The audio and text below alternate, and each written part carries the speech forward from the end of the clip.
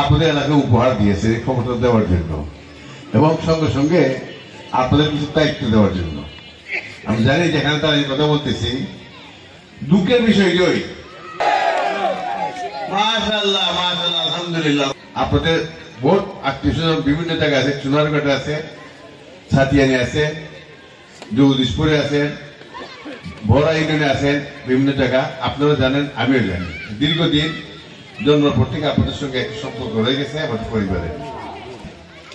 জনগণের সম্পদ আত্মসাৎ করার কোনো অভিযোগ নাই। কাজেই আপনারা যদি সব জায়গায় ভোট চান আমার পক্ষ থেকে, আশা করি আপনাদেরকে তারা ভোট দিয়ে সম্মানিত করবো। আমার দৃঢ় বিশ্বাস সবাইকে আমার জন্য একটু পরিশ্রম কষ্ট করতে রাজি আছেন? সবাই তো না রাজি আছেন? ইনশাআল্লাহ মাশাআল্লাহ আলহামদুলিল্লাহ। আমার এই দাবি। আর সমস্যা দুনিয়া আছে, ওদের সমস্যা থাকবে, সমস্যার সমাধানের ক্ষেত্রে দেখো সমস্যা আসবে, সমস্যা সমাধান হবে। সমস্যা কিভাবে সমাধান করতে আমি জানি। এমপি ছিলাম না, মন্ত্রী ছিলাম না এলাকার, তখন আমি আপনাদের এলাকার অনেক সমস্যা সমাধান করছি, এলাকার অনেক উন্নয়ন করেছি।